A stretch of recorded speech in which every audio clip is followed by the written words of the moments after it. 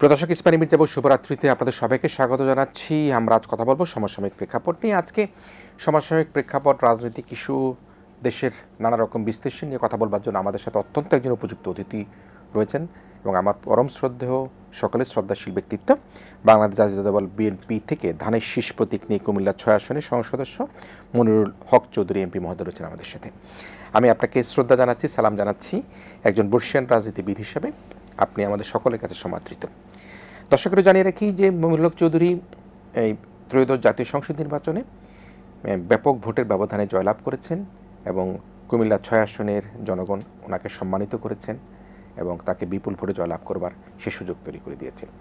আমি মনে করি যে কুমিল্লাবাসীদের সুখ দুঃখ, হাসি কান্না, ব্যথা বেদনার সাথে তার সম্পৃক্ততার কারণের জন্য তিনি আবারও এই ত্রয়োদশ জাতীয় সংসদ নির্বাচন, যেটা ভোটের মাধ্যমে নির্বাচন হয়েছে, সেই নির্বাচনে জয়লাভ করেছেন। আমি মিস্টার মনিরুল হক চৌধুরী আপনার কাছে প্রথমে যে জিনিসটা আসতে চাই সেটি হচ্ছে যে আওয়ামী লীগ শাসনামলের কথা আসি।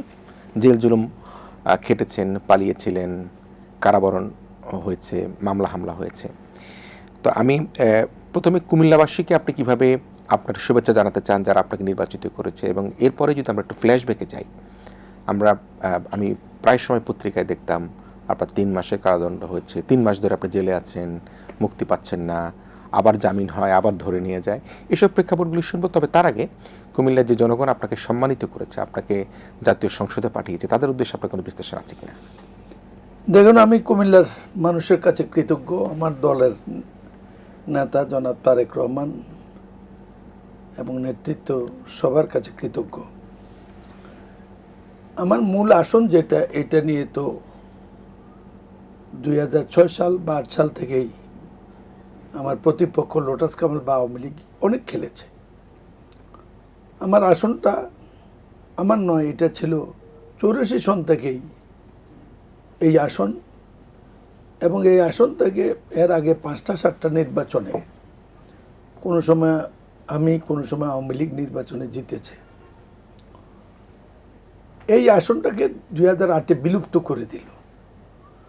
2008-এর নির্বাচন, যেটা আমি ব্যক্তি আমার দৃষ্টিতে ষড়যন্ত্রের নির্বাচন ছিল। 1/11-কে বৈধতা দেওয়ার জন্য একটা মহল কেটে উঠেছিল। আপনার মনে আছে, ম্যাডামের সাথেও তারা আপোষের জন্য অনেক বেশি চেষ্টা করেছিল, যে দেশ নেত্রী তখনও আপোষেন ছিলেন। সেই সুযোগে আওয়ামী লীগ নেত্রীর সাথে যে আপোষটা হলো, আওয়ামী লীগকে ক্ষমতা অধিষ্ঠিত করার জন্য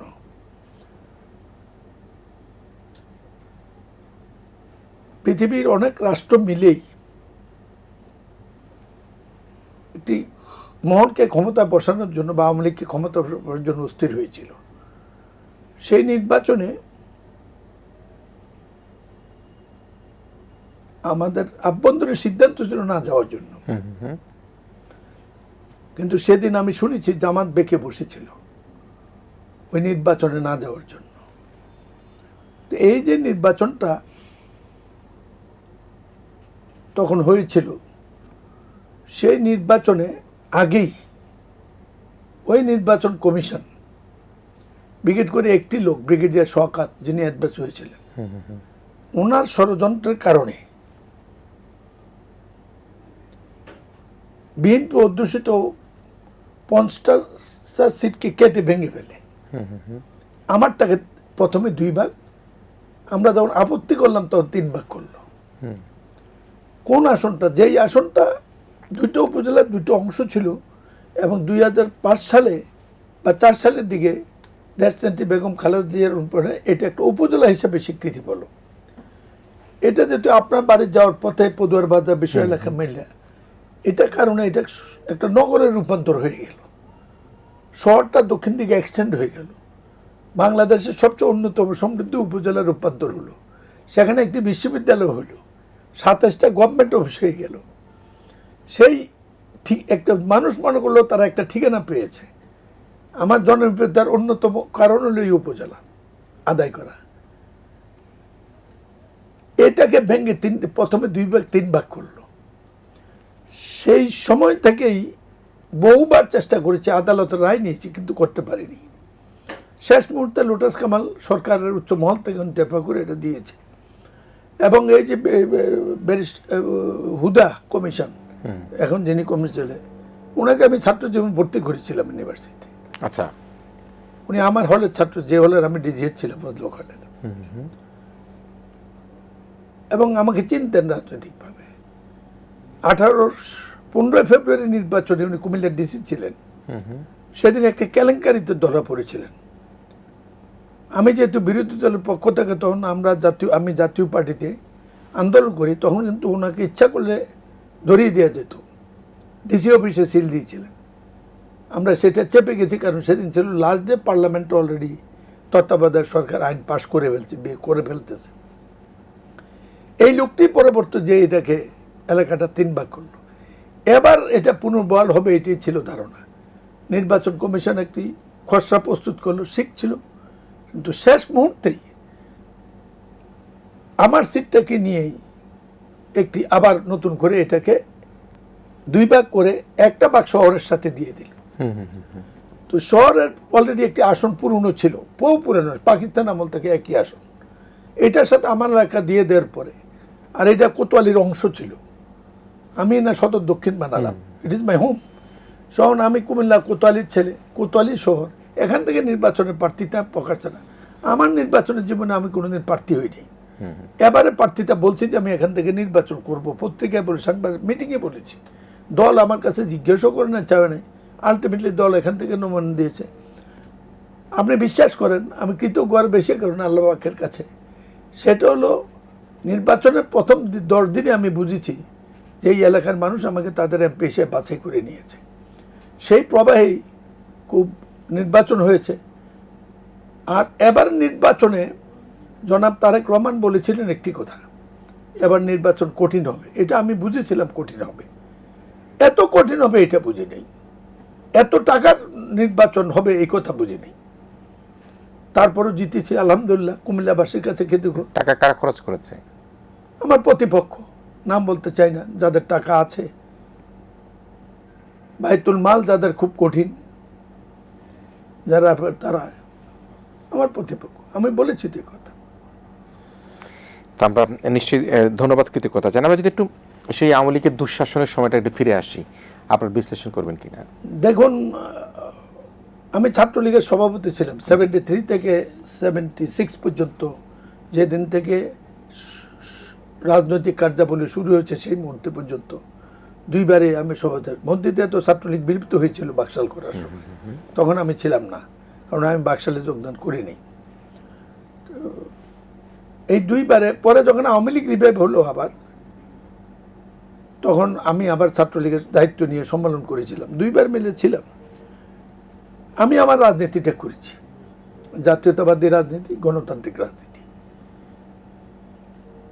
আওয়ামী লীগের সময় 74 সনে বাইতুল মোকাররমে দাঁড়িয়ে আমি কিন্তু 45 জন মন্ত্রী নেতার নাম, ক্ষমতাশালী নেতার নামে আমি তালিকা দিয়েছিলাম মাননীয় প্রধানমন্ত্রীকে, যে এরা এই দুর্নীতিতে জড়িত হচ্ছে, দুর্নীতির সাথে মুক্তিযুদ্ধের সম্পর্ক এক কাতারে চলতে পারে না। আমি এইটা অংশটুকুই জানি, এবং অন্যান্য ব্যাপারে আমাদের মতবাদ দেওয়ার কোনো সুযোগ ছিল না। এবং জাতীয় রাজনীতিতে পরবর্তী যেগুলো ঘটেছে, সেগুলো আমি যদি আজকে প্রপার বিশ্লেষণ করি, তাহলে বলবো সেদিন যদি জাতীয় সমাজতান্ত্রিক দল এইভাবে না হতো, তাহলে আওয়ামী লীগকে দিকে থাকার জন্য এসব লড়াইয়ে যেতে হতো না। আমি সেদিন বলেছিলাম, জাসদ যারা সৃষ্টি করেছে তারা এই দেশের ক্রিম অফ প্রোডাক্ট ছিল, মুক্তিযুদ্ধের ক্রিম অফ প্রোডাক্ট, ভাসমান কিছু নয়। আমরা একই সাথে যোদ্ধা, অনেকে আমার কর্মী। 69 আন্দোলনে মুক্তিযুদ্ধ থেকে 3 বছরে যে প্রতিবাদী, লড়াকু, মেধাবী শ্রেণীটা গড়ে উঠেছিল সাংবাদিকদের মধ্যে, ছাত্রের মধ্যে, মানুষের মধ্যে, সেই শ্রেণীটা শতকরা 70 ঊর্ধ্বে। আমি তো সাক্ষাৎকারেই বলেছি, জাসদের একজন নেতা যে মহিউদ্দিন লেখক, ফজলক হলে সংসদে ডিজি ছিল, আমি তো সিনিয়র নেতা, তার আর্টিকেলে, তার সাক্ষাৎকারে বলেছি 70 থেকে 75 ভাগ মেধাবী ছাত্ররা জাসদে চলে যায় এবং তারা নিঃশ্বাস হয়ে যায় নিজের চোখের সামনে। আমার পরিচিত কর্মী আছে, আফতাব আমার কর্মী, মাহবুব আমার কর্মী, আমি যখন ইউনিভার্সিটি সেক্রেটারি, সে আমার কমিটির অ্যাসিস্ট্যান্ট সেক্রেটারি। মাহবুব বিদেশে মারা গেছে, তার মতো মেধাবী এবং ডেডিকেট সাহসী রাজনৈতিক কর্মী ক্ষণজন্মা। এই যে ব্রিলিয়ান্ট সিটিটা নষ্ট হলো এবং জাতীয় ঐক্যে যে ফাটল ধরল, সেই জাতি আজ পর্যন্ত এক হইতে পারে নাই। দেশটার এই অবস্থার জন্য এই মেধাবী শ্রেণীটা নষ্ট হওয়া দায়ী। জাসদ সৃষ্টি দায়ী কিনা আমি জানি না, কিন্তু এই মেধাবী সৃষ্টির জন্য রাজনীতি থেকে বিচ্যুত হয়ে গেল। কেউ শহীদ হলো, কেউ মারা গেল, কেউ হারিয়ে গেল, কেউ অসুস্থ হলো, মেইন স্ট্রিম পলিটিক্সে তারা আসতে পারেনি। এইটাই রাজনৈতিক শূন্যতা।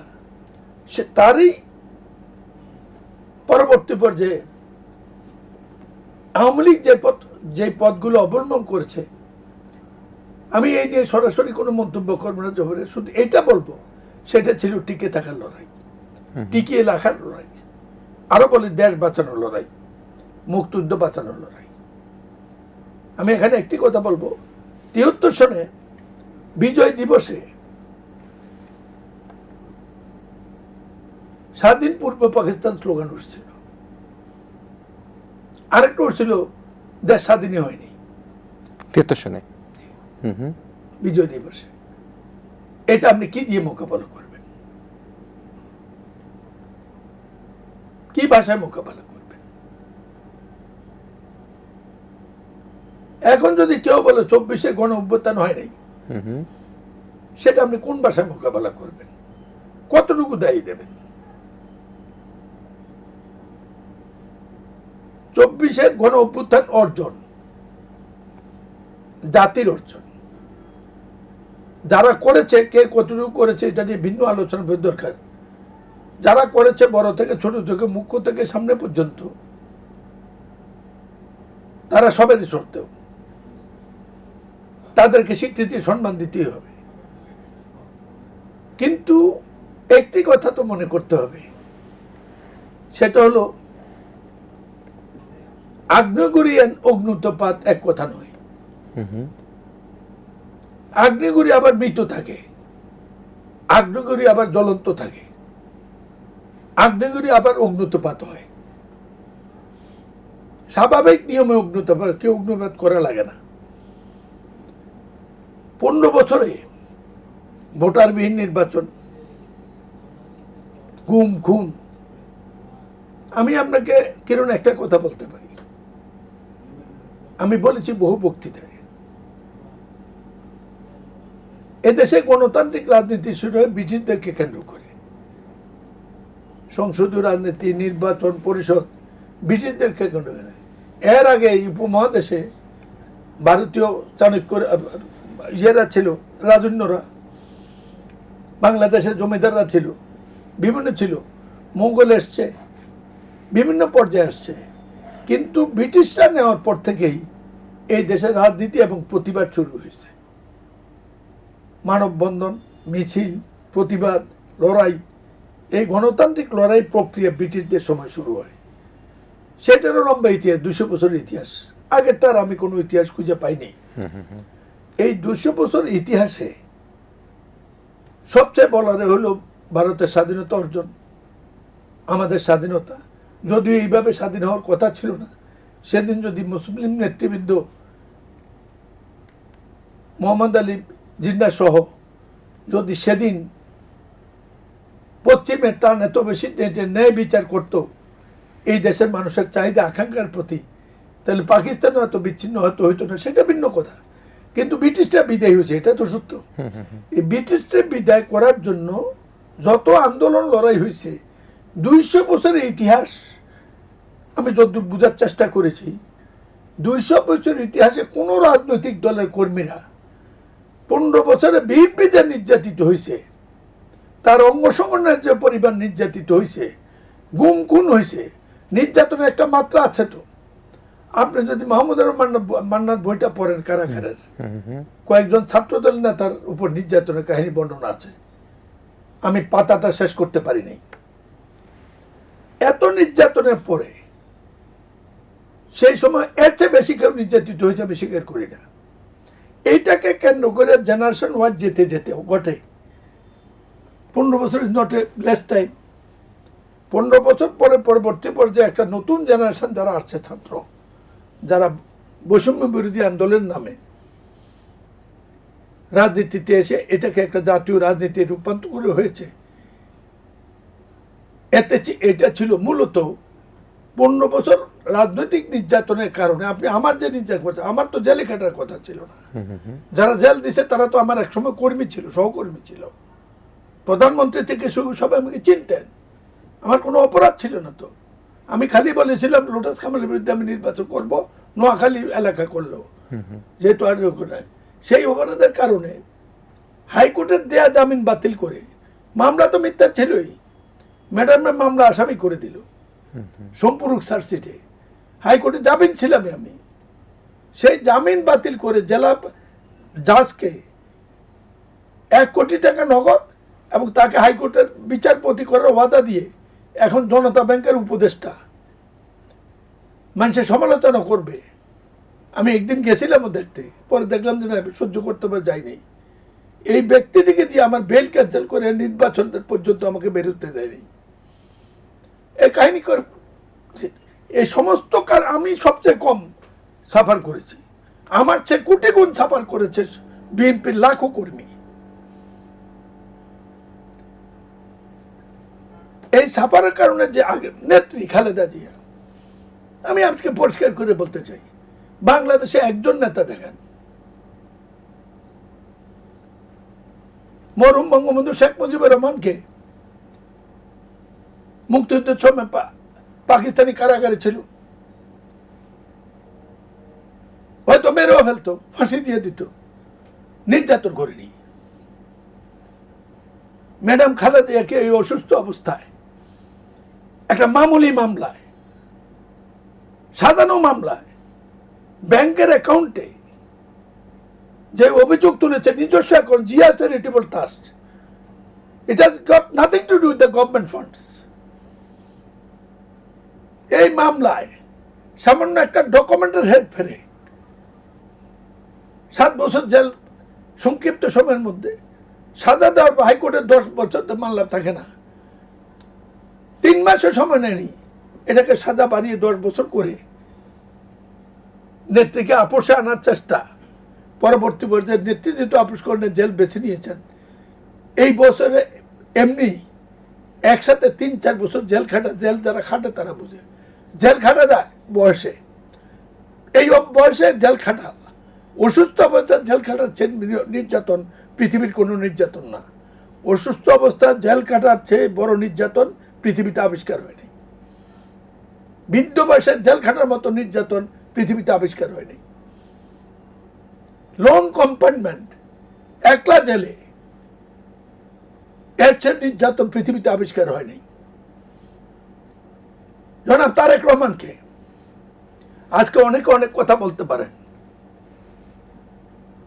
শুনি যে কোনো ভাষায় যে কোনো লোক কথা বলে ফেলেন। আমি জানি না আমার সব কথা বললে পরে কোন কাতারে দাঁড়াবে, তো দেখতেছি কোনো সময় তো মুখ খুলতেই হবে। জনাব তারেক রহমান যে নির্যাতন ভোগ করেছেন, ফিজিক্যাল, আমি সামনে বলেছি তার জনাব তারেক, উনি যেটা সহ্য করেছে আমি রাজনীতি ছেড়ে দিতাম। একটা দেখেন, যে নির্যাতন উনাকে করেছে, একটি বার্তা আজ পর্যন্ত মুখ দিয়ে উচ্চারণ করে নাই। কে করেছে, কোথায় করেছে, কিভাবে করেছে সবাই তো জানে। হাসি মুখে নির্যাতন সহ্য করেছেন। জনাব তারেক রহমানকে যখন নির্যাতন করে, একদিন আমার ম্যাডামের সাথে দেখা হয়েছিল।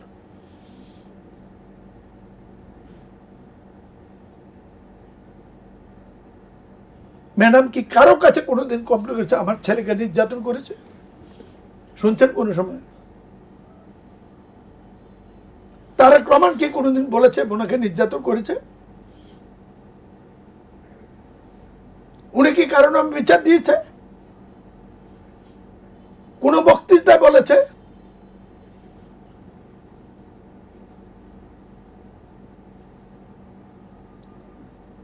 পৃথিবীতে, বাংলাদেশে আমি কেউকে দেখিনি এরকম নীলকণ্ঠ, আমি আবারও বলতে চাই, এরকম তারেক রহমান মতো নীলকণ্ঠ আমি বাংলাদেশে কাউকে দেখিনি। আমার রাজনৈতিক বয়স 63 বছর। Always and I was active in politics. শহীদ সরোয়ার দিকে দূর থেকে দেখেছি, কিন্তু জাতীয় নেতা সবার সাথেই, এমনকি যারা মুক্তিযুদ্ধ বিরোধিতা করেছে তারাও যখন রাজনীতিতে এসছে তাদের জাতীয় নেতাদের সাথে আমার সবার সাথে দেখা হয়েছিল।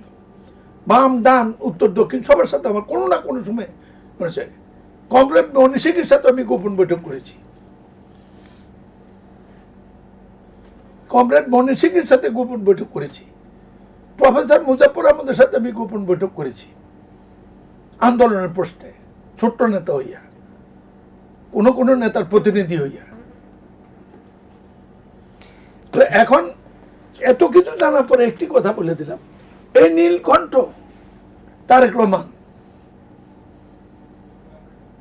আজকে যে কোনো ভাষায় কথা বলতে পারেন। তারেক রহমান ধৈর্য না ধরলে, আবারও বলি আপনি লিখে রাখেন, তারেক রহমান খুব চরম ধৈর্যশীল না হইলে 24-এর গণ অভ্যুত্থানের বহু পূর্বেই যারা গণ অভ্যুত্থান করেছে, 24-এর গণ অভ্যুত্থানের পরে নির্বাচনের আগে, নির্বাচন অনেক আগেই চতুর্মুখী হয়ে যেত। ইট ইজ তারেক রহমান বৈষম্য বিরোধীদেরকে, ছাত্র জনতাকে, ছাত্র নেতৃত্ব যারা আন্দোলনে মাঠে প্রত্যক্ষভাবে শেষ দিকে যে মাঠের নেতৃত্বটা দিয়েছে, এটাই স্বাভাবিক। 69 মুভমেন্টে বহুত দিন আন্দোলনের ফসল, 6 দফা 11টার ফসল, 6 দফার পরে যে আন্দোলনের মাঠে নেতৃত্ব দিল আইয়ুব খানকে বিদায়ের জন্য, সেটা দিয়েছিল ডাকসুয়ান তোফায়েল আহমদ। সেই আন্দোলনটা কি তোফায়েল আহমদের নামে গেছে? স্বাধীনের পর তোফায়েল আহমদ কি মন্ত্রিত্ব গ্রহণ করেছিল? এক একটা সময় এক একজন লোক ইতিহাস আসে, ঘটনা আল্লাহ তাকে সুযোগ দেয়। বৈষম্য বিরোধীরা জাতির সেবা করার জন্য, সেই জন্য জাতি শ্রদ্ধা করে, তার এর যে জাতি সবার ভাগ্য কিনে নিয়েছে। এই ক্ষেত্রে এটাই বলছিলাম, আমরা মূল কথার প্রশ্ন আমি যেটা বোঝার চেষ্টা করেছি, সংসদে একক কৃতিত্ব নেওয়ার কোনো সুযোগ নাই। এবং তারেক রহমান তার প্রশ্নের বিবিসি সাক্ষাৎকারে যে কথাটা বলছে, হাইকোর্ট, এই আন্দোলন জনগণের আন্দোলন, একক কৃতিত্ব নেওয়ার কোনো সুযোগ নাই, আর এর বিনিময়ে বেনিফিট দাবি করার কোনো সুযোগ নাই। তো তারা যে কেউ দাবি করছে কি যে, আমি আপনাকে একটি কথা বলি, এখানে আমি বলেছি তারা সমস্যার সাহসের সন্তান। এর মধ্যে আমি জামাতকে মিন করছি না। জামাত বিএনপির মধ্যে কে আন্দোলন বেশি করছে এটা নিয়ে রিসার্চ হওয়া উচিত। আমরা মনে করি বিএনপি যা করছে এই উপমহাদেশে, বিএনপির মতো নির্যাতিত মজলুম দল এই উপমহাদেশে নাই। তারেক রহমানের পরে আপনি তার ম্যাডাম খালেদা যে বাদ দেন, মির্জা ফখরুল যে মামলা নির্যাতন ভোগ করছে, সালাউদ্দিন 9 বছর গুম ছিল, এই কাহিনী আমি জানি। আজকে এগুলা নিয়ে কটাক্ষ করা হয়। সালাউদ্দিন বিএনপি করে, তাকে ভারতীয় বানানোর জন্য কটাক্ষ করা হয়। এটার পরিণতি ভালো না। আওয়ামী লীগকে এরকম ভাবে বিভিন্নভাবে বিচ্ছিন্ন করে যে আখেরে ফলটা ভালো হয়নি। আওয়ামী লীগকে আওয়ামী লীগের গতিতে চলতে দেওয়া উচিত ছিল, জাসদ যা চায় তাদের গতিতে তারা চলা উচিত ছিল। একদিন জাসদের কাছে আমি একটি কথা বলি, তৎকালীন একজন প্রধানমন্ত্রীকে, আমি ছাত্রলীগের সভাপতি ছিলাম, আমার যশোর ছাত্রলীগের সভাপতি মারা গেছে, মেরে ফেলছে। তখন আমি যাওয়ার পরে যে আমরাও প্রতিশোধ নেব, তখনকার প্রধানমন্ত্রী আমাকে একটি কথা বলেছিলেন, আমি দেশের প্রধানমন্ত্রী, তোমাকে এই অনুমতি আমি দিতে পারবো না, আইন ব্যবস্থা নেবে। আর জাসদ তাদের রাজনীতি, তারাও প্রতিষ্ঠিত হইতে হবে। বিরোধীতে থাকলে বেশি কিছু বলেই করেই, আমার পরেও তো পর আছে। একদিন তারাই সরকারি দল হবে। আওয়ামী লীগ কিন্তু এই দেশ বা আমি তো এই দেশ শাসনের চিরস্থায়ী বন্দোবস্ত নিইনি, আমি আজকে সাক্ষী দিয়ে বলতেছি। সুতরাং আপনি এটার জন্য প্রস্তুত হইতে হবে, সেই সময়টুকু দিতে হবে। শুধু তাদের তাড়াহুড়াটা ছাড়া আর কোনো দোষ নেই। মানে কাদের কথা বলছেন এটা? বৈষম্য বিরোধী ছাত্র বা এনসিপি। এনসিপির কথা বলছেন। আমরা সেই আলোচনা আসতে চাই। প্রিয় দর্শক, আমরা অত্যন্ত প্রাণবন্ত প্রশ্নবিহীন উত্তর এবং যে উত্তরগুলো ইতিহাসের সাক্ষী হিসাবে আজকে এই এটিএন বাংলার এই আলোচনায় তিনি উপস্থাপন করছেন। তিনি আমাদের অত্যন্ত প্রিয় ব্যক্তিত্ব, বর্ষীয়ান রাজনীতিবিদ, ছাত্রনেতা, ঢাকা বিশ্ববিদ্যালয়ের সে সময়কার নেতৃত্ব প্রদানকারী যে বিশাল ছাত্রনেতার মধ্যে অন্যতম একজন, আজকের অতিথি মাননীয় এমপি মহোদয়, কুমিল্লা ৬ আসন থেকে নির্বাচিত মনিরুল হক চৌধুরী এমপি মহোদয় আমাদের সাথে রয়েছেন। আমরা ইস্পানি মির্জা শুভরাত্রিতে একটা বিরতি পর আবারও তার সাথে একই আলোচনা নিয়ে আসবো। একটু প্রশ্ন তুলে রাখি। এনসিপির প্রসঙ্গে আসছে, বৈষম্য বিরোধী ছাত্র আন্দোলনের প্রসঙ্গে এসছে এবং জনাব তারেক রহমানকে নিয়ে জাকপার সহসভাপতি একটা বিরূপ মন্তব্য করেছে। সে আলোচনাগুলো আমরা ফিরবো। ইস্পানি মির্জা শুভরাত্রিতে একটা প্রথম বিরতি নিচ্ছি।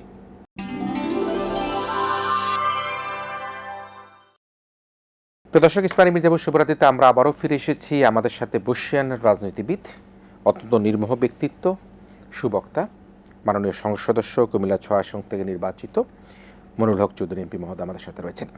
আমি মাননীয় এমপি মহোদয়, আমি আপনার জন্য একটা প্রশ্ন তুলে রেখেছিলাম এবং সেদিনের যে বক্তব্য, সে বক্তব্য কিন্তু যারা সংসদে ছিলেন, সংসদের বাইরে টেলিভিশনের পর্দায় ছিলেন, দেশে বিদেশে সবাই কিন্তু আপনার সেই বক্তব্যটা নির্মোহ বক্তব্য হিসাবে আমরা নিজেরা বুকে ধারণ করেছি। আপনি সেখানে বলবার চেষ্টা করেন 15 মার্চ জাতীয় সংসদে আপনি যে বক্তব্য দিয়েছেন, সেখানে আপনার বলেন স্বাধীনতার পর বাড়াবাড়ি করতে গিয়ে জাসদ হারিয়ে গেছে।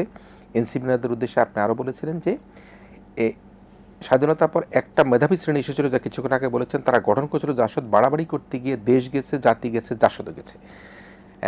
এনসিপি নেতাদের উদ্দেশ্যে আপনি করি আসলে সে কথাটা আপনি বলেছেন। সেটি তো আমি আপনাকে বলছিলাম, যদি সেদিন জাসদ শুধু ধৈর্য ধরত, রাজনীতির স্টেপগুলো খুব তাড়াতাড়ি দিতে না গিয়ে, তাদের যে বক্তব্য ছিল সেটা যে অপছন্দের বক্তব্য ছিল, অবাস্তব বক্তব্য ছিল, সেটা কথা নয়। তখন সমাজতন্ত্রের একটা ক্রেজ ছিল। মুক্তিযুদ্ধের পরে সমাজতন্ত্রের ক্রেজ করতে যে মুক্তিযুদ্ধের চেয়ে সমাজতন্ত্রকে অগ্রাধিকার দিতে গিয়ে রিপ্লেস করার জন্য, মুক্তিযুদ্ধ যেমন 9 মাস হয়ে গেছে, ঠিক কোনো কারণে দীর্ঘ পরিকল্পনা ছিল দীর্ঘ যুদ্ধ হবে, আল্লাহ করে দিয়েছে। আমি বলবো এটাই, মাঠে আমি ছিলাম, আইনো এটার পরবর্তী পর্যায়ে আমরা যদি বলি সব কাজে 9 মাসে হয়ে যাবে, এটা ভুল। এই কথাটুকু তারা সহ্য করে না। তারা মনে করতো জাস্ট এই মুহূর্তে 9 মাসে স্বাধীন হয়েছে, 6 মাসে সমাজতন্ত্র হবে, সবাই চেয়ে হয়ে গেছিল। মুক্তিযুদ্ধের জাসদের নেতাদের যে অবদান মূল মুক্তিযুদ্ধের অংশের মধ্যে অন্য কারো চেয়ে খুব বেশি কম নয়। জনাব সিরাজ আলম খান, আজকেও আমি শ্রদ্ধা করি। জনাব সিরাজ আলম মৃত্যু করে আওয়ামী লীগ নেত্রীকে একটা বার্তা পাঠিয়েছিলাম সিরাজ ভাইকে শ্রদ্ধা দেওয়ার জন্য। সিরাজ আলম খান একজনই বাংলাদেশ, অনেক কিছু একক। আসাম বলেন, শাহজাহান সিরাজ বলেন, হাজারো মুক্তিযোদ্ধা ছিল, একসাথে রাজনীতি করছি, একসাথে লড়াই করেছি। একসময় তারা যে প্রবাহ ধরল, আমি শ্রুতে বাসার লোক নই, পারিনি, সেই জন্য আছি। এখন প্রশ্ন হলো, এর পরবর্তী যেটা বললেন, তারাও একই কথা। এই ডেডিকেটেড শ্রেণীটা, মেধাবী রাজনৈতিক শক্তিটা গুরু ছিল 69 মুভমেন্ট থেকে শুরু করিয়া, বা 6 দফা থেকে 66, 67, 68, 69 মুক্তিযুদ্ধ, এর মধ্যে মেধাবী যে রাজনৈতিক শক্তিটা ছাত্র আন্দোলনের পরে গড়ে উঠছিল, আয়ুব বিরোধী আন্দোলন, সেই শক্তিটাকে একেবারে বিনাশ করে দিয়েছে, ক্রাশ করে দিয়েছে। এটি আমার ওদের সাথে রাগ। ওরা কারা, কাদের কথা বলছেন? যারা জাসদ করেছিল। আচ্ছা, জাসদ করেছিল। এখনো তারা আমার বন্ধু, এখন তো পারে। আসাম আব্দুর রবের সামনে চেয়ারে বসি না, সিরাজ ভাইয়ের সামনে চেয়ারে বসি না। আসাম আব্দুর রব প্রেসিডেন্ট, কিন্তু ওনাকে পাইলেও বলি, আমি বলি সিরাজ ভাইয়ের সাথে যখন আমার দেখা, ওই যে শহীদ জিয়াকে মুক্তি করে যে ওই হঠাৎ করে মন্ত্রিপরিষদ গঠিত হবে আমরা একটা ভাব করলো, শপথ নেওয়ার জন্য তৈরি হচ্ছিল জেলখান থেকে, পরে তো লেগে গেল। এটা আপনি বলতে গেলে আভ্যন্তরীণভাবে অন্যরা বলতে পারবে। এরপরে সিরাজ ভাই যখন জেলে গেল, জেল থেকে মুক্তি হওয়ার পর প্রত্যেকে খুঁজে আমার এখানে আসে। আমার তখন একটা কফি শপ ছিল, ওনাকে বলছে মনির ভাইয়ের কফি, উনি আমাকে আদর করতেন, ওইটা এই কফি খাওয়া। তবে কফি খাওয়ার দিছি, কি করছো? আমি না কিছু করছি না, আমি রাজনীতি করবো না, তোমার সিদ্ধান্ত নিয়েছিলাম। কেন? আমি বলে যে তড়িগড়ি করতে যে রাজনীতিটা দেশটা দুইটাই শেষ করে দিলেন। জাসদ যদি তড়িগড়ি না করে রাজনৈতিক শূন্যতার সৃষ্টি হয় না। মেধাবী শ্রেণীটা রাজনীতি থেকে তারা শেষ করে দিয়েছে। এখন দ্বিতীয় যে মেধাবী শ্রেণী রাজনীতিতে এসছে, এর মধ্যে সম্পূর্ণ হয়েছে কথা বলি না, সেটা ছিল এই আন্দোলনটা। এনসিপির যারা বৈষম্য বিরোধী যারা, না বাবা, অনেক মেধাবী, আমি স্বীকার করি, এই জেনারেশন আমাদের অনেক মেধাবী, আই রেসপেক্ট দেম। কিন্তু প্রশ্ন হলো তড়িগড়ির কোনো সুযোগ নাই কোনো কিছুতে। আপনি ফুটবল খেলতে যায়, যদি ফুটবল পাসও অসময়ে দেন, উল্টা গোল খাবেন। আপনি তড়িগড়ি করতে মারতে যে বোল্ডে উঠাবেন, প্লিজ। আপনি যদি তাড়াতাড়ি স্টেপ উল্টে স্টেপ দিয়ে পাটা ভাঙবেন। এটা কাদের কথা বলছেন? সবারই, জাসদের কথা, তাদের কথা এক। দুই নম্বর কথা, দ্বিতীয়টা যেটা তাদেরকে বলেছি, আমরাও বলতে চাইছি, তাদের যে মিল হইতে পারত সেটা হলো বিএনপি, সেটা হলো তারেক রহমান। তারা তারেক রহমান সবকে ভুল মেসেজ ক্যারি করছে, আর জন্য কে দিয়েছে। তাদের রাজনীতির যে সহযোগী শক্তি হতে পারত, সেটা আমি বিএনপি বলবো না, তারেক রহমান। আমি আবারও বলি আপনাকে, এই প্রস্তাব তারা কোনোদিন প্রস্তাবে। এটা কাদের কথা বলছেন? এনসিপি। এনসিপি, আচ্ছা। তারা পুরনো জাতি এখনো যাদের প্রতি কোনো সায় দেয় নাই, মুক্তিযুদ্ধ যাদের প্রতি সায় দেয় নাই, এই জন্যই ছেলে হয়ে তারা সেই লিগেসি ক্যারি করার জন্য যাচ্ছে। এটা বা হিসাবে বা তাদের মুরব্বী হিসাবে বলেছি, this is not the way, এটাই বলেছি। সুতরাং আপনি যদি ভুল স্টেপ দেন, কিন্তু সঠিক জায়গায় পৌঁছার কোনো হিসাব নাই। জি, আমি একটু আরেকটা প্রসঙ্গে আসি। নিশ্চয়ই যে সঠিক সিদ্ধান্ত নিতে হবে, এবং আপনি যেটা বলছিলেন যে ভুল খেলতে গেলে কিন্তু ভুল পাসে নিজেই গোল খাতে হতে পারে, বোল্ড আউট হয়ে যেতে পারে। সেটি নিশ্চয়ই যারা অনুজ রয়েছেন আপনাদের সংসদে, তারা নিশ্চয়ই আপনার মতামতের সাথে তারা হয়তো তাদের নিজস্ব অভিব্যক্তি করবেন। আমি জামাতের শরিক দল জাতীয় গণতান্ত্রিক পার্টি জাগপা সহসভাপতি রাশেদ প্রধান, তিনি একটা মন্তব্যকে কেন্দ্র করে বেশ ঝড় উঠেছে, এবং সে কারণের জন্য তার বাড়িতে হামলা হয়েছে, দলীয় কার্যালয় মানুষ ঘেরাও করেছে। তিনি এটার আবার বিশ্লেষণ ব্যাখ্যা দিতে গিয়ে দুঃখ প্রকাশ করতে গিয়ে আবার সেই একই ধরনের কথা রিপিট করেছেন। আমি জানি না আপনি সেটি দেখেছেন কিনা, যে রাশেদ খান প্রধানের রাজনীতি, তার বাবা শফিউল প্রধানের রাজনীতি, এবং তার যে মন্তব্য, এটাকে আপনি কি? দেখুন, প্রধানের সাথে আমার রাজনৈতিক গড় হয়েছে অনেকদিন। আমি যখন বিনা প্রতিদ্বন্দ্বিতা ছাত্রলীগের সভাপতি নির্বাচিত হওয়ার পথে, তখন আমাকে বলা হয়েছিল, তখন আমাদের ছাত্রলীগের সবচেয়ে অ্যাক্টিভ সংগঠন একজন জনাব শেখ কামাল, তাকে আমি খুব পছন্দ করতাম। যাই বলুক, হি ওয়াজ এ গ্রেট অর্গানাইজার। আমাকে এসে বললো যে আমাদের জেনারেশন থেকে মনির ভাইয়ের সেক্রেটারি করতে হবে। প্রধান তারই একই ডিপার্টমেন্টের সোশিয়োলজি ছাত্র ছিল, কিন্তু আমাদের মধ্যে প্রতিবাদ ছিল, তখন মুক্তিযুদ্ধের চেতনা যায় নাই। শফিউল আলম প্রধানের বাবা ছিল একজন মুসলিম লীগের এবং পূর্বাঞ্চল পার্লামেন্টের স্পিকার। এটার জন্য রিয়েকশন ছিল। আমি উল্টা সবাইকে বুঝাইয়া আনঅ্যানিমাস প্যানেল, শফিউল আলম প্রধান was the secretary, and he was a wonderful secretary. সাহসী, বলে ভালো, কিন্তু তাকে পরবর্তী যে সমস্ত ঘটনা ঘটল, আমি এখনো বিশ্বাস করি সেই ঘটনা কোনো হুকুমদাতা নয়। আমি যদ্দূর জানি, যেহেতু আমি ছিলাম না। আমি তখন প্রধানমন্ত্রীকে বলেছিলাম। এটা কোন ঘটনাটা বলছেন? 7 মার্ডার। আচ্ছা, শফিউল প্রধান, সেটা তো তাকে রাজনীতিতে অনেক পিছনে ফেলে দেয়। সেই ঘটনায় আমি ছাত্রলীগের সভাপতি হিসেবে তাকে ডিফেন্ড করেছি। স্বয়ং মনসুরের বিবৃতি দিয়ে বলেছিলাম, শফিউল আলম প্রধান বনাম রাষ্ট্র মামলায় ছাত্রলীগ সভাপতি শফিউল আলম প্রধানের পক্ষে। ওই আমলে এর বিবৃতি দেয়া কলজার ব্যাপার ছিল। মামলায় ডিফেন্ড করেছি, আমরা পারিনি।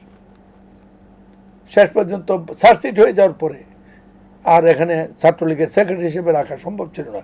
তার আগে আমাকে দিয়ে তাকে বহিষ্কার করাতে পারে নাই। I defend up to the last. That may the cause আমি আওয়ামী লীগও করতে পারি না, maybe so or may not be so, doesn't matter. মৃত্যুর 1 মাস আগে আমার সাথে দেখা হয়েছিল, তখন সে বলছে মনির ভাই আমার জন্য আপনি, nothing like that, I did my duty. ধরুন ব্যাপারটা আমি জানি। তার স্ত্রী এবং এই প্রধান বললেন তার মা রেহানাও আমার কর্মী ছিল, অত্যাধিক ভালো, বিরাট রাজনৈতিক কর্মী ছিল, খুব ডেডিকেটেড কর্মী ছিল। এই ছেলেটার সাথে আমার পরিচয় নেই, দেখা হয়নি, অ্যাক্টিভ ইন পলিটিক্স জানতাম না। আমি জানতাম যে প্রধানের একটা মেয়ে আছে ব্যারিস্টার, ওই হয়তো রাজনীতি করবে। মাঝে মাঝে শুনতাম প্রধানের ছেলে রাজনীতি করে, কোথাও বলছে, এবং বিএনপির সাথেই ছিল বলে আমি জানতাম। সম্প্রতিকালে আমার কাছে কিছু নেই, বাট এই যে বক্তব্যটা,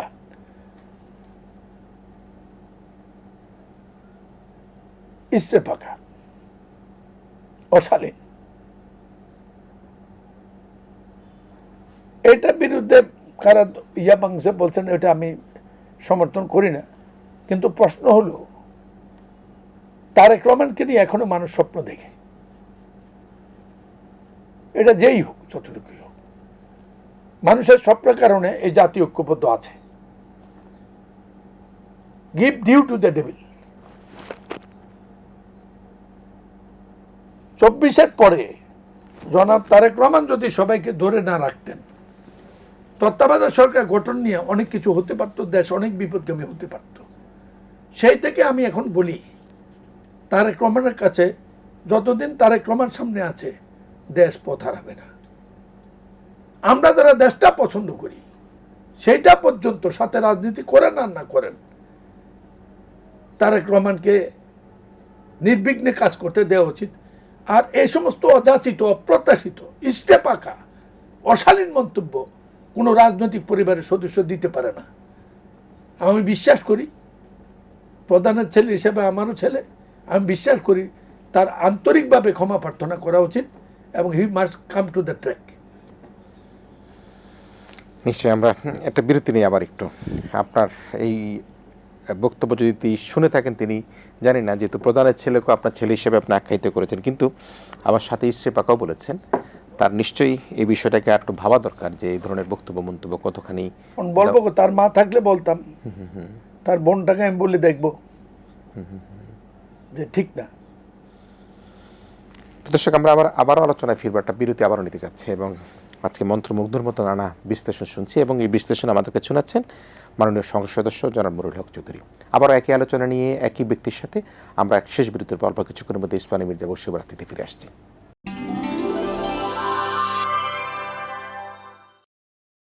প্রিয় দর্শক, ইস্পাহানি মির্জা বর্ষবরাত্রিতে আমরা শেষ বিরতির পর আবারও ফিরে এসেছি। আমরা বর্ষিয়ান নেতৃত্ব দানকারী সাবেক ছাত্রনেতা মাননীয় সংসদ সদস্য নুরুল হক চৌধুরী এমপি মহোদয়ের সাথে কথা বলছিলাম। আমরা রাজনীতির চড়াই উতরাই তো চলতেই থাকে। আমরা একজন আলোচিত ব্যক্তিত্বের কথা বলতে চাই, চট্টগ্রামের রাজনীতিতে তিনি এখন বেশ আলোচিত।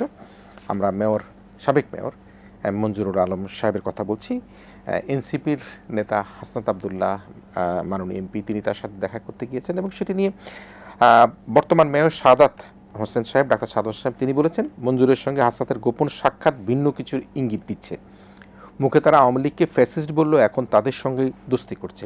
এটা চট্টগ্রামের বর্তমান মেয়র ডক্টর সাদাত সাহেব বলেছেন। এবং আমরা মঞ্জুর সাহেবের কথা জানি, 1994 থেকে 10 পর্যন্ত 16 বছর আওয়ামীর সঙ্গে যুক্ত ছিলেন, বিএনপি থেকে নির্বাচন করলেন, আবার রাজনীতি থেকে ইস্তফা নিলেন, আবার বিএনপির যে প্রার্থী তার পক্ষে নির্বাচন করলেন, এখন আবার একটা মনে হচ্ছে যে অন্য কোনো দল থেকে তিনি আসলে সিটি কর্পোরেশন নির্বাচন বা অন্য কোনো নির্বাচন হবেন কিনা। এই চট্টগ্রামের রাজনীতিতে সিটি মেয়র সাবেক মঞ্জুরুল আলম বা এনসিপি নেতাদের সাথে তার বৈঠক নিয়ে আপনি কিভাবে দেখেন? Nothing wrong.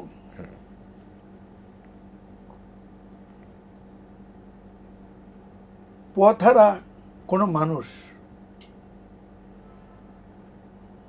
পথ খুঁজতেই পারে, কিন্তু ইট ইজ লেট। পথহারা কে? পথহারা কোনো মানুষ। সেই পথহারা মানুষটা কে? হ্যাঁ, পথহারা মানুষ যে কোনো মানুষ। আচ্ছা, পথহারা যে কোনো মানুষ পথ খুঁজতেই পারে। রাজনীতিতেও শক্তি বৃদ্ধির চেষ্টা করতেই পারে। আমার কাছে মনে হচ্ছে যে এটা লেট হয়ে গেছে। এবং এটা কার্যকর হবে না, কার্যকর হলেও টিকবে না। আমি আপনাকে বলি, এটা বলতে আমি ওদেরকে দেখেছি, নাহিদকে আমি খুব পছন্দ করি, ওরা আবার আমার মেয়ের জিনজিত ওই জেনারেশন, তার সাথে খুব ভালো সম্পর্ক, আমি অ্যাপ্রিসিয়েটও করে। আমিও দেখি তার মধ্যে there is a politics only নাই। আমি বলছি যে আহ্বায়ক সাহেব একদিন একটু রাজনৈতিক সবক নেব, আমরা নতুন জেনারেশন, আমার সাথে গ্যাপটা কোথায় বসতে চাই একদিন। ওই বক্তব্যের পরে এটা তাতে তখনই করা উচিত ছিল। জাসদ যখন গঠিত হয়, প্রথম আহ্বায়ক কিন্তু আসাম আব্দুর ভয় নেই, আমি বুঝতে পারছি। প্রথম জাসদের আহ্বায়ক হয়েছিল এম এ আউয়াল, যিনি ছাত্রলীগের একসময় সভাপতি প্রথম জেনারেশনের। কথা বুঝছেন? উনি একজন মেধাবী অফিসার ছিলেন, আদমজি গ্রুপে কাজ করতেন, বাংলাদেশি আদমজি বলতো যাকে, সে ওয়াল সাহেবকে সভাপতি করেছিলেন। তারা তখন বোধহয় এই দিকে দলটা করতে খেয়াল করা উচিত ছিল যে তারা সংগঠক হবে, সামনে আরো কেউকে নিয়ে যাবে। বিএনপি করে না, বিএনপি পছন্দ করে না, এই লোকের অভাব ছিল না দেশে, আওয়ামী লীগের কাছে না গেল। আর এখন মন্ত্রিত্ব করে শেষ ছেড়ে দিয়েছে, দলের কমিটি ডিক্লেয়ার করে নতুন করে কোথাও এসে কিছু, এই একটা কথা বলি আপনাকে, সেটা হলো গভীর সমুদ্রে একটা জাহাজ যে কোনো ছিদ্র হয়ে গেছে, তখন যেই গাত্র নাবিক বলল যে জাহাজ ছিদ্র হয়ে গেছে, তখনই এখানে তিনটা শ্রেণী করল। একটা শ্রেণী খুব চালাক, যারা স্মার্ট, তারা আপনার ওই যে কি বলে ভোট নিয়ে যারা জানে জাপ দিল, তারা কি হলো এটা পরে কথা। দ্বিতীয় একটা শ্রেণী দোয়া পড়া শুরু করলো, একের আনুষ্ঠানিক ব্যাপার। তৃতীয় একটা শ্রেণী সংখ্যা কম, তারা জাহাজে ছিদ্রটা বন্ধ করা যায় কিনা এই চেষ্টাটা করলো। এদের সংখ্যা খুব কম, কিন্তু জাহাজটা রক্ষা পাইছে কিনা এইটা আর আমার ওই গল্পে বলে নাই। আর এখনকার যেটা, এটু আমি জানি না। ট্রেন মিস করলে ট্রেন আসতে টাইম লাগে, ইচ্ছা করলে নতুন একটা ট্রেন চলে আসবে না। খুব লাকি না হইলে আপনার একটা ট্রেন ওই রুটে যাওয়ার জন্য, খুব লাকি যদি হয় কোথাও কোথাও জন্য হতে পারে আর কি। আমার মনে হয় সময়টা তারা যে এপিল জনগণের তাদের প্রতি ছিল, সেটা ইতিমধ্যে নষ্ট করে বলছে। প্রথম নষ্ট করছে, আপনি এই দেশের রাজনীতিতে যদি কোনো অপরাধ থেকে থাকে, সেটা হলো সবচেয়ে বেশি হয়েছে ক্ষমতা দেওয়া। এত অপরাধ আর কোনো রাজনীতিবিদের জন্য নাই। আমি যখন এমপি ছিলাম না, আমি যা বলছি সব ঠিক। এখনই শুরু হয়েছে, এখন পর্যন্ত 95% ঠিক, 5% ঠিক নাই। এই 2 মাসে কি হয় জানি না ভবিষ্যতে আমাদের দেশের রাজনীতিতে বা এই উপমহাদেশের রাজনীতিটাতে। পাকিস্তান, ভারত, বাংলাদেশ, নেপাল, শ্রীলঙ্কা, একটি অপরাধ ক্ষমতা যাওয়া। ক্ষমতা যাওয়াই যে কাজ, তখন হিসাবটা আপনাকে ওই কড়াগন্ডা, তখন সেইভাবে হিসাবটা রক্ষা করতে হবে, নাহলে থাকবে না। সেই কাজটি তারা প্রথম দিন করে ফেলেছে, এটা উচিত হয়নি। এখন তাদের রাজনৈতিক প্রত্যাশা এবং ভবিষ্যৎ নিয়ে আপনার সিনসিয়ার, তারা একটা রাজনীতি দাঁড় করাইতে চেষ্টা করছে। ভাই, all good to them, but they must follow a proper track. তারা সামনে না আনলো, কিছু রাজনৈতিক সংগঠককে মুরব্বী হিসেবে রাখা উচিত। 7 রাজনীতিবিদ আর্টিকেল লিখলেন, যুদ্ধ, সমাজতন্ত্র, সব দিল, গণতন্ত্র দিল, সমাজতন্ত্র সব দিল। তাত্ত্বিকের চেয়ে সংগঠক কাজে মাঠে ব্যবহার করতে হবে, যারা সংগঠন করতে জানে। তারা সংগঠন আগে করে নাই, শুধু এই ক্ষেত্রে সংগঠক একটা it's a different dynamics to create an organisation. তারা কারো সাহায্য চেয়েছে বলে আমি শুনিনি। মাজার ভাই শুনছি তাদের উপদেষ্টা, আর কেউ লাগবে না তো। আই রেসপেক্ট হিম। মানে মাজার ভাই থাকলে কেউ লাগবে না। না, আমরা একটা শেষ আলোচনায় আসি। আওয়ামী লীগ রাজনীতি নিয়ে কিন্তু নানা বিশ্লেষণ হচ্ছে এবং গত নির্বাচনে তারা অংশগ্রহণ করতে পারেনি এবং আমরা দেখেছি যে পার্শ্ববর্তী রাষ্ট্রে পতিত প্রধানমন্ত্রী তাকে ফিরিয়ে আনবার জন্য সরকারের পক্ষ থেকে চেষ্টা করা হচ্ছে। আপনি দেশের বর্তমান প্রেক্ষাপটে জনগণ আওয়ামী লীগের রাজনীতিকে কীভাবে দেখছেন এবং তাদের ভবিষ্যৎ রাজনীতিটাকে আপনি কীভাবে মূল্যায়ন করবেন? তাদের এখনকার রাজনীতিও মানুষ গ্রহণ করছে না। ভবিষ্যৎ রাজনীতি শুধুমাত্র যারা আওয়ামী লীগ করেছে তারা ছাড়া আর আওয়ামী লীগ সম্পর্কে অন্য কেউ চিন্তা করে না এখন। এক, এবং তাদের ভবিষ্যৎ নেই এই কথা আমি বলবো না, বাট সুদূর প্রসারী, এবং they must start a press.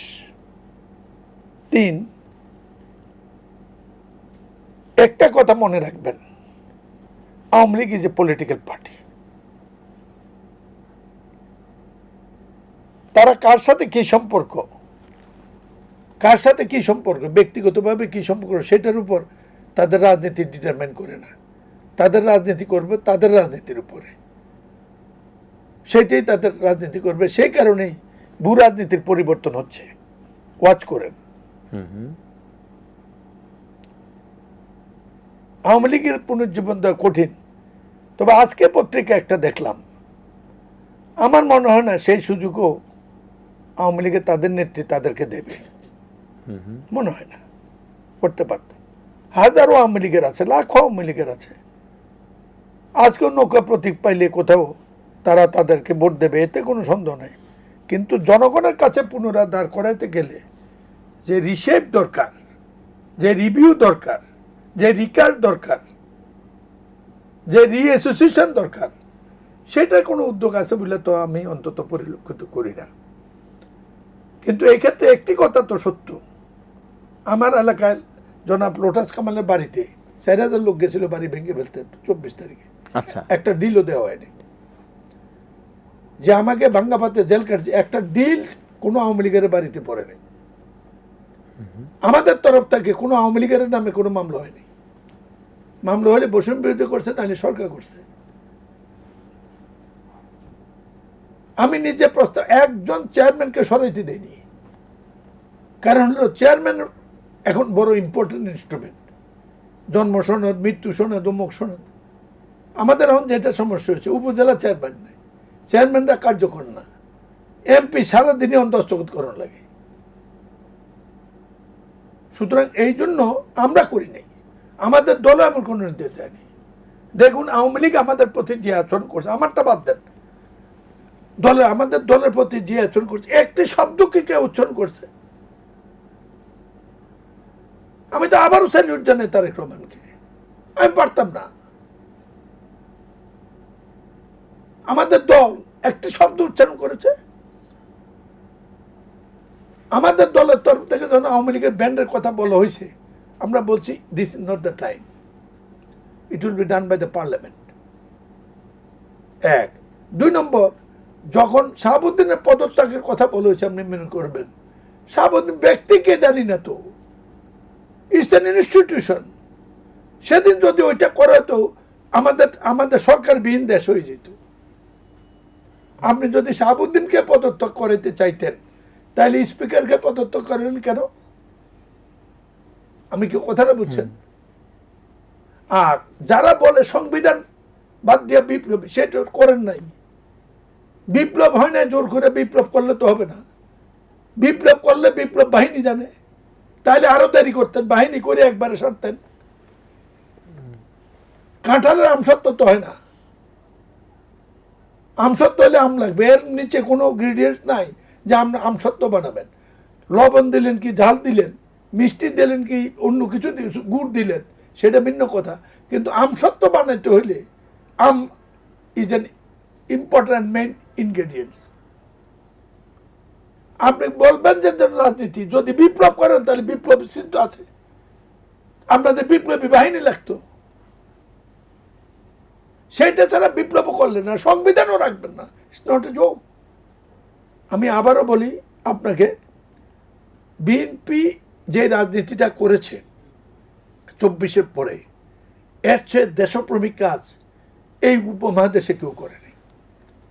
যদি সেদিন সংবিধান রাষ্ট্রপতির পদত্যাগ করাইতেন, সরকারবিহীন দেশ হয়ে যেত, বিপদ সংকুল হতো। বিএনপি তা করতে, আওয়ামী লীগের সাথে সখ্যত হয়েছে বা কম্প্রান্স হয়ে গেছে সেটা নয়, রাজনীতি করে। আমরা এখানে গৃহযুদ্ধ করতে আসি না, দেশ চালাতে আসছি এবং রাজনীতি করতে আসছি। রাজনৈতিক কারণে বলেছি, আমাদের দল বলেছে রাষ্ট্রপতির পদত্যাগ হবে না। রাজনৈতিক কারণে বলেছে, কোনো দলকে নিষিদ্ধ করা আমাদের এজেন্ডা না। জামাতকে তো নিষিদ্ধ করা হয়েছিল, আমি বলেছি যে উচিত করেন নাই। 73-এ আমি বলেছি, আমি সংসদেও বলেছি, আপনাকে আমার বক্তব্য বলেছি, যুদ্ধ অপরাধীদের বিচার করেন। কেউ যদি তৎকালীন আমলে পাকিস্তান সমর্থন, যেদিন পর্যন্ত পাকিস্তান ছিল ততদিন পর্যন্ত যদি পাকিস্তানের কথা জিন্দাবাদ করে থাকে নান রং, কিন্তু পাকিস্তানের নামে মুক্তিযুদ্ধের বিরুদ্ধে যুদ্ধ করা এটা হলো অপরাধ, সেটা বিচার হোক। আজকেও কথাটা বলি যে সম্পূর্ণ জিনিস একদিনে অর্জিত হয়ে যায় না, এবং এইটাকে একটার সাথে আরেকটার সাথে এটা গ্রামের যুদ্ধ না, এটা পারিবারিক যুদ্ধ না, এটা সম্পদের যুদ্ধ না, এটা দেশ এবং সাংবিধানিক রাজনীতি না থাকলে এই এখানে নেপালেও তো হয়েছে, শ্রীলঙ্কা হয়েছে। এই যে নেপালের প্রধানমন্ত্রী ওলিকে গ্রেপ্তার করে বের করে দিল, আবার যাই তো নির্বাচন করছে, নির্বাচন করে আবার তাকে অ্যারেস্ট করছে, হাইকোর্ট অর্ডার দিছে তাকে রিলিজ করো। এমনকি যে হাইকোর্টে অ্যাটাক করবে, আমাদের এখানে তো আমরা হাইকোর্টের সামনে গেছি।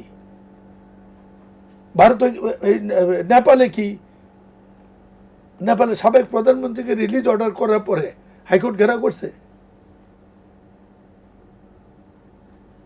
আপনি গণতান্ত্রিক রাজনীতি করবেন, সংবিধানিক রাজনীতির কথা বলবেন, আর গান গাইবেন অন্যরকম, এটা তো ঠিক না। সেই জন্য বলি, লেটস কাম টু সেন্স। আমি সেদিন কথাটা বলেছেন একটা, শুনেন, আল্লাহ দিয়েও দেখে নিয়েও দেখে, কতবার সুযোগ দেবে। এই জাতির যে কোনো বিপর্যয় করতে পারত, সেটা থেকে আল্লাহ রক্ষা করেছেন, ওদের বিদায় হয়েছে। এবং এর মধ্যে কৃতিত্ব কার, শেষ কথা বলি আপনাকে, কার কতটুকু ভূমিকা, এটা আমরা বললে হবে না। আমার কি ভূমিকা আমি বললে হবে না। এখন থেকে 50 বছর পরে, যখন আমি থাকবো না, যখন ওরাও থাকবে না, তখন ইতিহাস যেটা লিখবে সেটা হবে ইতিহাস, নিশ্চয়ই। আর আগে যেটা এটা কাহিনী। নিশ্চয়ই নিশ্চয়ই। প্রিয় দর্শক, আমরা আলোচনা এখানে শেষ করছি। আমার কাছে মনে হচ্ছে যে মনিরুল হক চৌধুরীর সাথে আজকে যে ইস্পানি মির্জাপুর শুভরাত্রি, এটা পার্ট 1 আমরা শেষ করছি, পার্ট 2 আমরা স্থগিত রাখলাম। আমরা আরেক আলোচনা আপনার সাথে বসবো এই কারণের জন্য, আগে পাঠিয়ে দিন, আমি কিছু ডাটা নিয়ে। জি জি, এই কারণের জন্য যে আমরা আসলে অনেক আলোচনা করবার জন্য আমাদের ইচ্ছা ছিল, অভিপ্রায় ছিল, দর্শক অপেক্ষা ছিল না। আপনি অনেক কিছু শোনাবেন, বৈশ্বিক রাজনীতিবিদ হিসাবে দেশের মুক্তিযুদ্ধ, স্বাধীনতা, 1970 সব কিছু আপনি দেখেছেন। 24-এর গণ আন্দোলনও সাক্ষী হয়ে আপনি ছিলেন, জেল খেটেছেন, জুলুমের শিকার হয়েছেন, রাজনীতি করেছেন, বিশ্ববিদ্যালয়ে নেতৃত্ব দিয়েছেন। সব কিছু মিলিয়ে কিন্তু আপনার কাছে শুনবার অনেক আগ্রহ দর্শকদের আমাদের ছিল, কিন্তু সময় সংক্ষিপ্ততা অনেক কিছু আলোচনা করতে পারেনি। সে কারণে আমি বললাম যে মনিরুল হক চৌধুরী এমপি মহোদয়ের সাথে আমাদের আজকে ইস্পানি মির্জাপুর শুভরাত্রির পার্ট 1 আমরা শেষ করলাম। পার্ট 2 অপেক্ষা থাকবার আমরা প্রত্যাশা করছি। প্রিয় দর্শক, আমরা ধন্যবাদ জানাই আজকের অতিথিকে, তার মন্ত্রমুগ্ধর মতো আলোচনা, বিশ্লেষণ এবং একজন স্বচ্ছ, একজন সাদা মানুষ হিসেবে তার বক্তব্য পেশ করবার জন্য। আপনাদের এতক্ষণ আমাদের সাথে ছিলেন, আপনাদের সবাইকে আমাদের আগামী অনুষ্ঠান দেখার আমন্ত্রণের মধ্যে আজকের মতো ইস্পানি মির্জাপুর শুভরাত্রি এখানে শেষ করছি। আজকের সম্মানিত অতিথি জনাব মনিরুল হক চৌধুরী, আপনাকে দারুণভাবে ধন্যবাদ জানাই। দর্শক আপনাদেরকেও ধন্যবাদ জানাই। আপনারা ভালো থাকবেন, সবাই মিলে ভীষণ ভালো থাকবেন। আপনাকেও ধন্যবাদ।